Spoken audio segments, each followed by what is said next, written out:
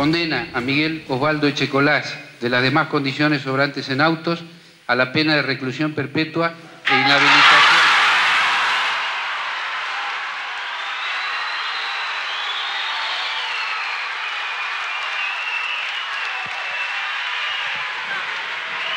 Bueno, Saúl Agresca, por favor, de jóvenes de la agrupación Hijos, que han tirado pintura roja, le ha dado a algunos policías, a mí también me han dado, lo retiran de Echecolás, lo retiran de la sala, Simansky pide silencio, nadie le hace caso, absolutamente nadie.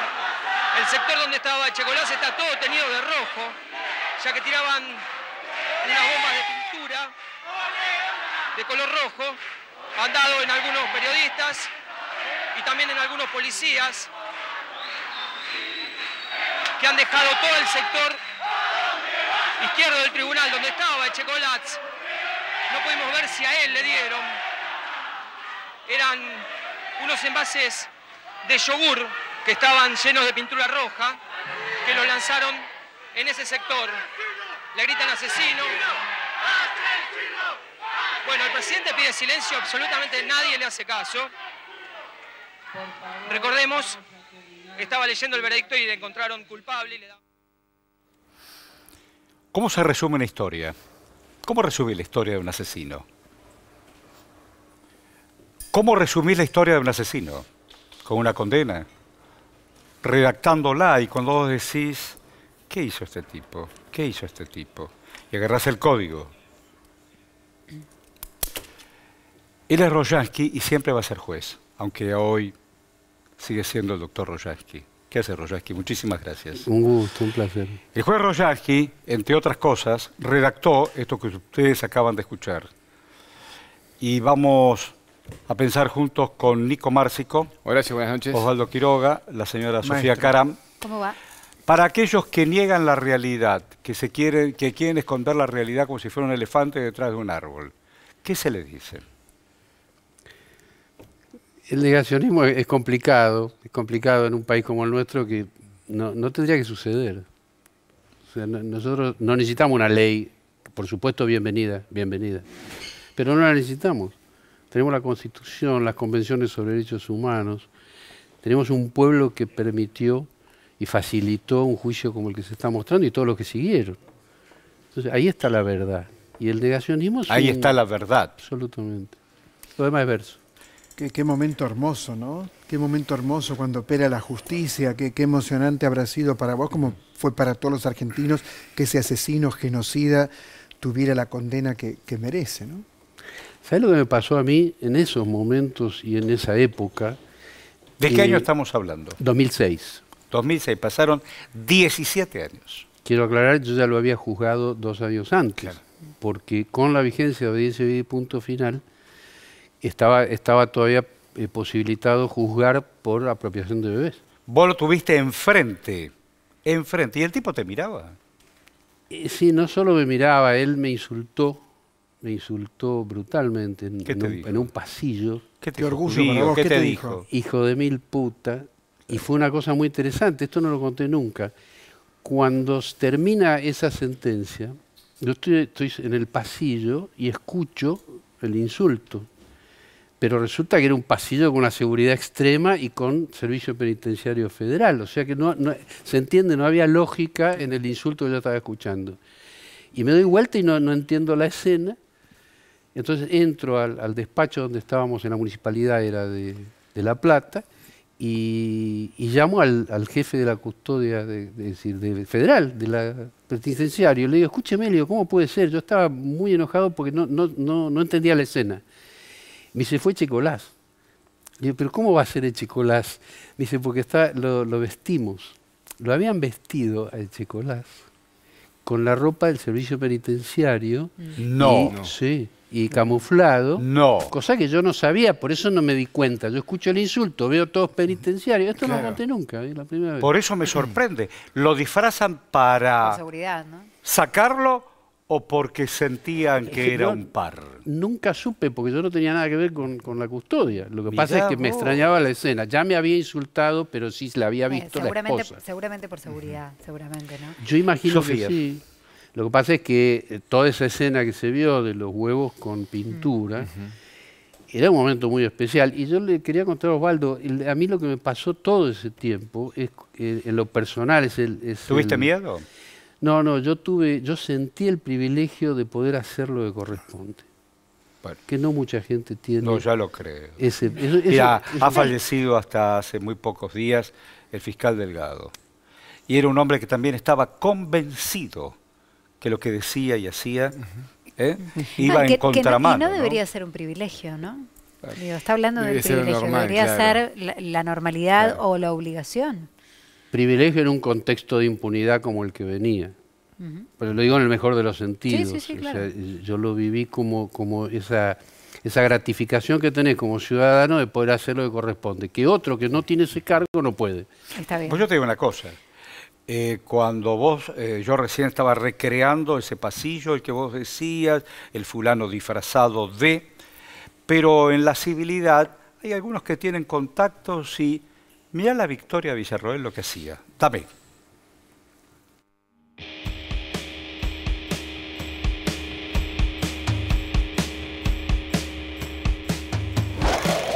En la década del 70, en la República Argentina, hubo un conflicto armado no internacional, es decir, una guerra de baja intensidad. 17 organizaciones armadas, la inmensa mayoría de ellas de extrema izquierda, atacaron al Estado, aterrorizaron a la población. Ella efectivamente es hija de un teniente coronel, Eduardo Marcelo Villarroel. Actuó durante los años de la dictadura y él se jactaba de esto, ¿no? Y que además aparece en una publicación como vinculados con una intentona con asesinar a Raúl Alfonsín. A partir del advenimiento de la democracia, quien asume que era el presidente Alfonsín era un abogado que había sido abogado de organizaciones terroristas.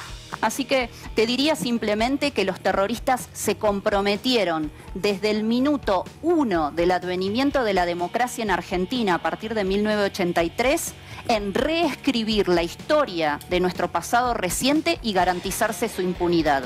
Victoria Villarroel aparece en la escena pública porque en enero de 2016 la recibe el entonces secretario de Derechos Humanos, Claudio Bruch, en la ESMA. Como abogada, sí he dedicado los últimos casi 20 años a la defensa de las víctimas del terrorismo, que es una asociación de víctimas como las que en España defienden a las víctimas de la ETA, o en Israel a las víctimas de la primera o de la segunda intifada. Los 30.000 no son verdad.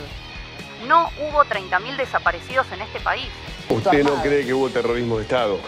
No, yo creo que el terrorismo de Estado es una doctrina de tipo político, de hecho no está legislado en ningún lugar. Sí. Y el Estado en tal caso comete abusos, pero el terrorismo en sí es un ¿Dónde recurso pone al golpe de usted el los 76? débiles. ¿Dónde? Sin justificar esta situación, la realidad es que los atentados terroristas a partir de ese momento comenzaron a decrecer y la población comenzó a estar más protegida. Estas personas así hay que dejarlas pasar.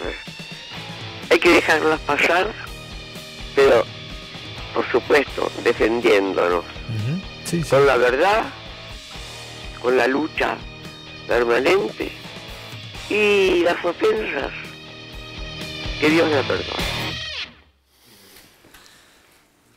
perdone. Director, ¿me abre plano?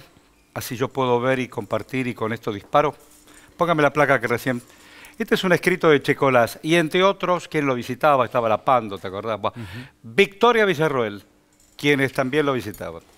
En esta historia, ¿cómo se cierran capítulos negacionistas? Porque lo que acabamos de escuchar es negar no solamente la historia, sino hechos reales. No, y agregar, a ver qué pero dice. agregar también que insultó a Esther de Carlotto Sí, pero a ver, y a la hija. la pregunta es, ¿cómo se trabaja para, sobre todo para las nuevas generaciones? ¿Cuántos chicos y chicas fueron a ver 1985 y descubrieron todo esto pasó? ¿Qué le decimos ahora? En primer lugar, lo decía Estela de Carlotto, y la verdad ¿cuál es?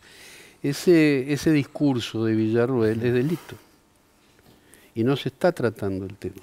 Por supuesto, reitero, bienvenida a una ley contra el negacionismo, pero hoy el discurso de ella es delictivo. ¿Por y el qué? acto, ¿Por qué? ¿Qué tipificación? porque hay qué un delito en calificación? el Código Penal que es apología del crimen, apología del O delito. sea, ella está haciendo apología del crimen. Está haciéndola por una razón sencilla. Lo que pasó en la Argentina, en varios casos, varios de ellos son sentencias que yo firmé, quedaron confirmadas en la Corte Suprema. Eso que quedó confirmado y que es cosa juzgada es una verdad jurídica, que son los crímenes que se cometieron durante el terrorismo de Estado. La negación de eso es apología del crimen. De hecho, el fallo que vos firmás lo enmarcás en genocidio, que fue lo que sentó el gran precedente. No teníamos ningún fallo de la justicia que hablara de la existencia de un genocidio en nuestro país hasta esta condena. Y además se da un marco, en el caso de Checolás, de un desaparecido en democracia como es Julio López. Como Julio López. Yo quiero decir con algo. el Checolás, frente a él, recordándole cómo lo torturaron. Salió de ahí y no apareció nunca más. Y con la duda histórica de que haya tenido que ver con que era parte de un testigo clave, ¿no? en esa causa. Te pregunto, Carlos, con esto, porque bueno, pensando para adelante, ¿no? ¿Qué hacemos las nuevas generaciones con respecto a esto que vos mencionabas recién? ¿Cuánto puede aportar una ley contra el negacionismo, como se debate? Incluso hay varias circulando en el Congreso de la Nación. Y después lo otro es un debate que se dio mucho los últimos días, que es qué hacer con esto. Si se responde o no se responde, ¿no? ¿Qué es lo que más puede, de alguna manera, estructurar una defensa, ¿no? Si se quiere? No, la respuesta es necesaria por el contexto que vive el país. No sería necesaria si no tuviéramos a gente diciendo esos discursos. Yo creo que la ley es muy necesaria, pero hay una cuestión anterior y que tampoco está sobre la mesa, yo la dejo planteada. Lo que pasó en la legislatura está mostrando una deficiencia institucional muy importante, que es el triunfo que hay que reconocerle a la derecha en serio, que es haber desarticulado los mecanismos de control. Cuando un hombre como Javier Milei puede seguir siendo diputado, no estamos discutiendo su candidatura. Y Villarroel también.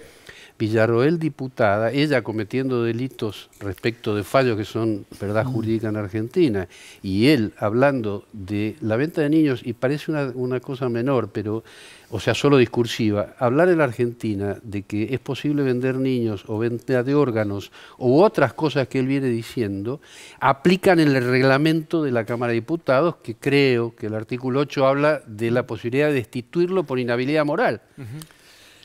Yo quiero decir algo. El Papa recibió al nieto 133, recibió a la monja francesa Léonie Duquet, sobrina, ¿no es cierto? Sobrina de la monja asesinada.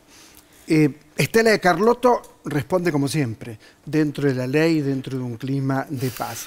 Lo que ellos pretenden, corríjanme si piensan que me equivoco, es que se discuta si está bien torturar. Por ejemplo, si está bien raptar bebés, si está bien tirar gente al río. Ellos pretenden llevarnos a esa discusión. Y nosotros no tenemos que caer nunca en esa discusión porque es imposible discutir eso. La palabra prohibir adquiere aquí, me parece, la palabra de la ley. O sea, prohibir se junta, se une perfectamente con el concepto de ley. No se puede discutir si está bien matar negros porque son negros. No se puede discutir eso. Y esta mujer, que Ofelia Fernández calificó muy bien como basura humana, pretende precisamente volver a esa discusión, que ya está saldada esa discusión. ¿Vos qué opinás, pensás? Por favor? Y fíjate, por ejemplo, en un acto tan pequeño como es en el torneo de tenis de Estados Unidos, cuando un tenista escucha una frase que le hace recordar al concepto hitleriano de Alemania por sobre todo, para el partido del tenista. Para el partido.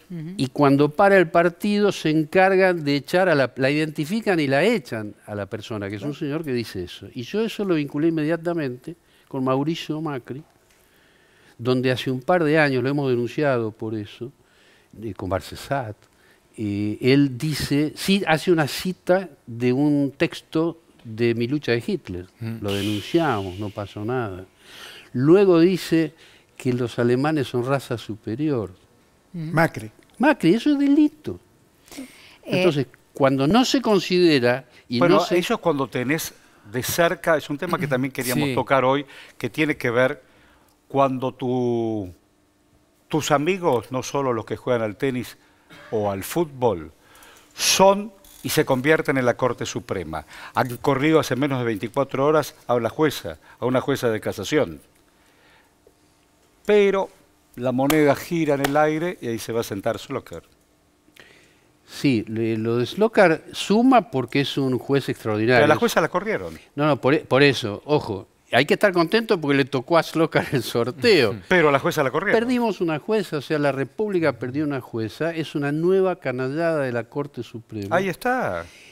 Y eso sí te diría, tal vez, llevaría mucho tiempo a analizarlo, pero eso tal vez es más peligroso que me atrevo a decir algo más que está pasando mucho. Como no lo pudo resolver el ámbito legislativo, porque los debates y las tensiones fueron muy fuertes y siguieron marcando la agenda de los medios parlamentarios y de los medios nacionales con ese tema, hasta la insistencia por parte del oficialismo, ¿qué hizo la justicia? Intervino para cerrarlo con un último título que quede a favor de eso. Digo, esto viene pasando y mucho, incluso en estos últimos 3 años y medio, donde, bueno, había mucha expectativa de que esto se pudiera trabajar distinto, ¿no? Expliquémoslo, ¿no? Es una jueza de la Cámara de Casación, la presidenta de la Cámara de Casación, una de las únicas 2 juezas mujeres que conforman el máximo tribunal penal de la Argentina. Esa es la Cámara de Casación federal, con asiento en Comodoro Pi. Lo que sucedió es que el 9 de agosto esta jueza cumplió 75 años, es la doctora Ana María Figueroa. Tenía pendiente la firma de fallos muy importantes que atañen a Cristina Fernández de Kirchner. La reapertura o no de las causas OTESUR Los Sauces y memorándum con Irán. Lo que ha sucedido es que ella cumplió los 75 años, por lo tanto debe jubilarse. Pero había pedido una extensión por 5 años que lo tenía que aprobar el Congreso. Ella incluso estaba en pleno proceso porque había, ahí la ven en cámara, había respondido a, se había sometido al proceso en el Congreso de la Nación, en el Senado, para poder extender su licencia.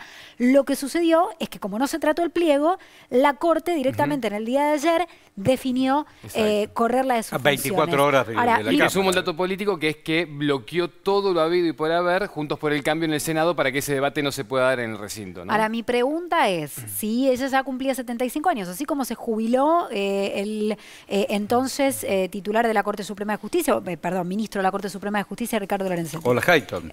No, pero Hayton pidió extensión y se la dieron. Y se la dieron, por eso te digo, tuvo todos los 85 de años. Por ejemplo, Lorenzetti considera que a los 75 hay que jubilarse. No, digo, Zaffaroni. hay también, perdón, Zaffaroni, no Lorenzetti. Está esta discusión también. No, quiero hacer una aclaración, Sofía. No, de ningún modo es obligatorio jubilarse a los 75 años. La Constitución no dice eso. Mirá. Lo que dice es que en ese por momento... Por eso la Hayton siguió de largo. Pero no tengas ninguna duda, lo que dice la Constitución es que al cumplir 75 años se requiere una confirmación del Senado, eso es todo. Ahora, fíjate el título de Clarín, la jueza de Cristina. Bueno, cuando muere el fiscal Delgado murió el fiscal que criticaba a la justicia.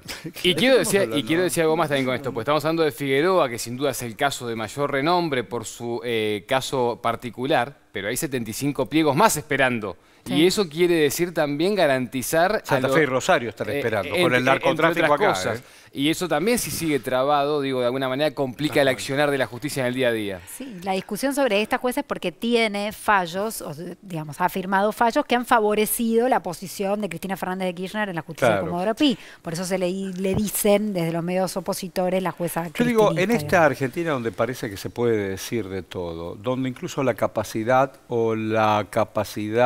diferente, o la discapacidad, o los síndromes, Mira lo que dijo Milei. Entonces ese mismo boludito después empezó, no, en realidad lo que hay que hacer es la batalla cultural. A ver, pedazo de mogólico, imbécil, tarado. La batalla cultural ya tampoco se puede dar.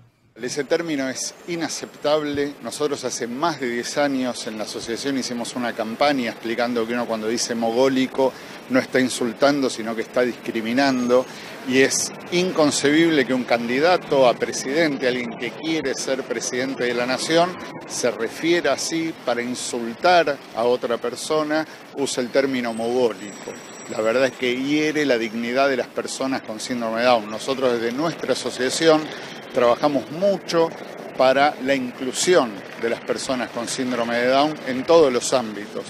Si bien se avanzó mucho, hay mucho por hacer, pero es inconcebible que un candidato a presidente se maneje así. Nosotros justamente necesitamos poner la discapacidad en agenda, ver qué quieren hacer los candidatos con la discapacidad que está tan postergada hace tantos años. Lo inconcebible, te escuchamos, Rosansky. Tenemos un par de minutos antes de muchas cosas sobre Milei y sobre lo que acaba de decir. A mí personalmente no me preocupa Milei porque no tiene futuro. Otro día lo conversamos en más detalle.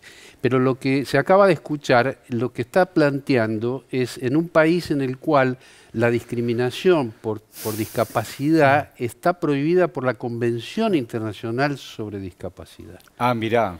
Esto es una cuestión legal, por lo tanto, mañana a la mañana, conocida esta noticia, tendría que haber un grupo de diputadas y diputados o los mismos padres o los mismos padres, pero no tendrían que ser diputados para mostrar que funcionan las instituciones, que está violando el reglamento. Lo que pasa es que es una diputados. encerrona, Carlos, porque hay un proceso electoral.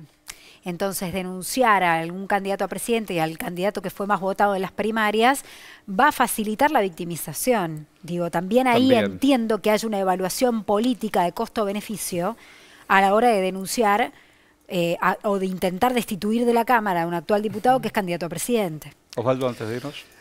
No, yo creo que lo peor para la Argentina, sin ninguna duda, es Milei. Eso es lo peor que le puede pasar a la Argentina, que semejante personaje que no puede gobernar ni organizar ni siquiera un asado para 4, pueda gobernar la Argentina. No hay nada peor.